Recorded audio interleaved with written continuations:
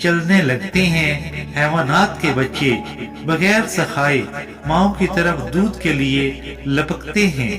انہیں یہ سب کون سکھاتا ہے؟ جانوروں کے دلوں میں کون محبت ڈالتا ہے کہ اپنی چونچوں میں خوراک لا کر اپنے بچوں کے منہوں میں ڈالیں؟ یہ آداب زندگی انہوں نے کہاں سے سیکھا؟ شہد کی مکھیاں دور دراز باغوں میں ایک پھول سے رس چوس چوس کر انتہائی ایمانداری سے لا کر چھتے میں جمع کرتی جاتی ہیں۔ ان میں سے کچھ ماہر سائنسدان کی طرح جانتی ہیں کہ کچھ پھول زہریلے ہیں، ان کے پاس نہیں جاتی۔ ایک قابل انجینئر کی طرح شہد اور موم کو علیحدہ علیحدہ کرنے کا فن بھی جانتی ہیں۔ جب گرمی ہوتی ہے تو شہد کو پگھل کر بہہ جانے سے بچانے کے لیے اپنے پروں کو حرکت سے پنکھا چلا کر ٹھنڈا بھی کرتی ہیں۔ موم سے ایسا گھر بناتی ہیں جسے دیکھ کر بڑے سے بڑے آرکیٹیکٹ بھی حیرت زدہ رہ جاتے ہیں۔ لاکھوں کی تعداد میں ایسے منظم طریقے سے کام کرتی ہیں کہ مثال نہیں۔ ہر ایک میں ایسا رڈار نظام نصب ہے کہ وہ دور دور نکل جاتی ہیں لیکن اپنے گھر کا راستہ نہیں بھولتی۔ انہیں زندگی کا یہ طریقہ کس نے سکھایا؟ انہیں یہ عقل کس نے دی؟ مکڑا اپنے منہ کے لعاب سے شکار پکڑنے کے لیے ایسا جال بناتا ہے کہ جدید ٹیکسٹائل انجینئرز بھی ایسے بناوٹ کا نفیس دھاگا بنانے سے قاصر ہیں۔ گھریلو چونٹیاں گرمیوں میں موسم سردا کے لیے خوراک جمع کرتی ہیں، اپنے بچوں کے لیے گھر بناتی ہیں، ایک ایسی تنظیم سے رہتی ہیں جہاں مینجمنٹ کے تمام اصول حیران کن حد تک کار فرما ہیں۔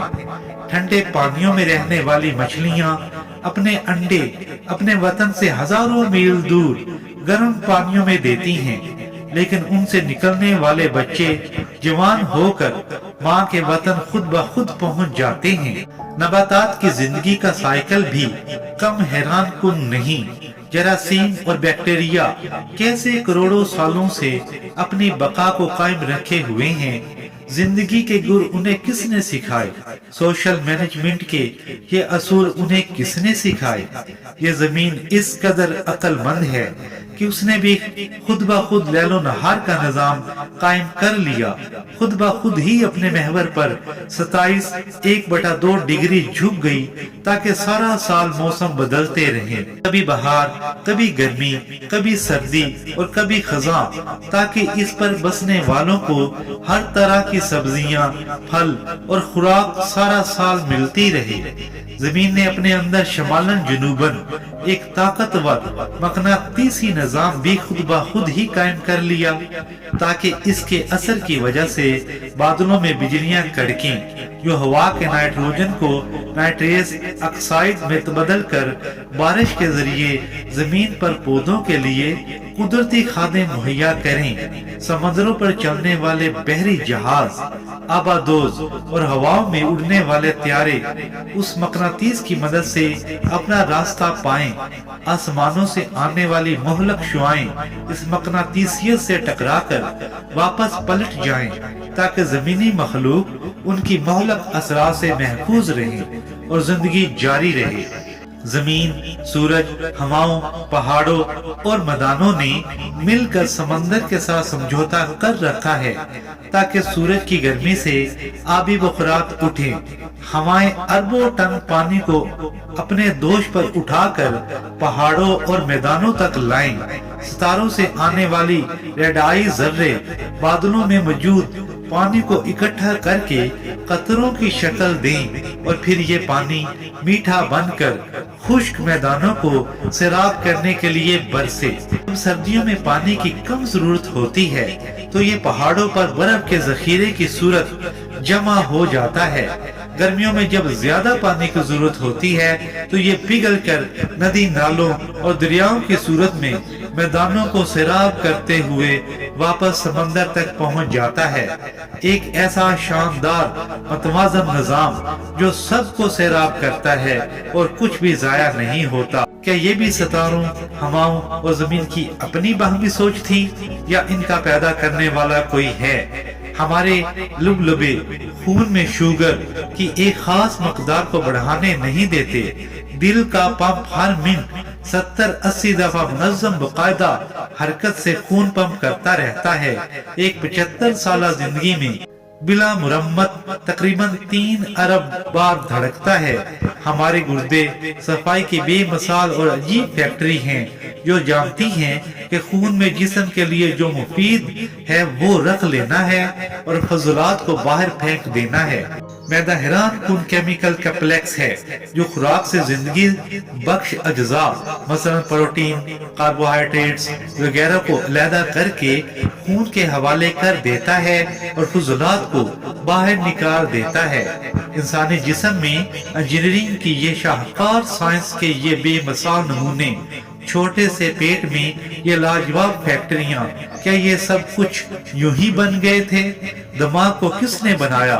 مضبوط ہڈیوں کے خول میں بند پانی میں یہ تیرتا ہوا عقل کا خزانہ، معلومات کا سٹور، احکامات کے سینٹر، انسان اور اس کے ماحول کے درمیان رابطے کا ذریعہ، یہ ایک ایسا کمپیوٹر کہ انسان اس کی بناوٹ اور ڈیزائن کو ابھی تک سمجھ نہیں پایا۔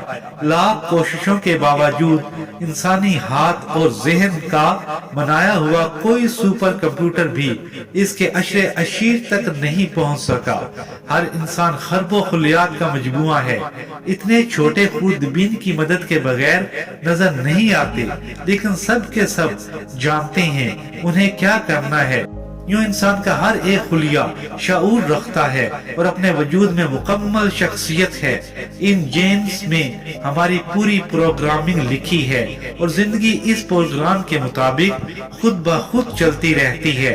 ہماری زندگی کا پورا ریکارڈ، ہماری شخصیت، ہمارے عقل و دانش، عرض ہمارا سب کچھ پہلے ہی سے ان خلیات پر لکھا جا چکا ہے۔ یہ کس کی پروگرامنگ ہے؟ حیوانات ہوں یا نباتات، ان کے بیج کے اندر ان کا پورا نقشہ بند ہے۔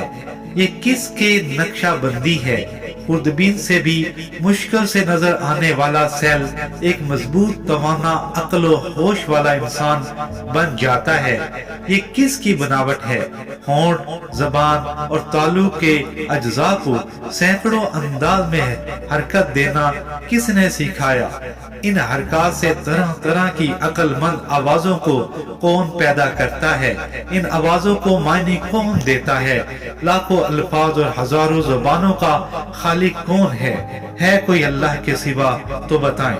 پیارے دوستو، اس طرح کی معلومات سے بھرپور ویڈیوز کے لیے اس چینل کو سبسکرائب کریں، اس ویڈیو کو لائک اور شیئر کریں۔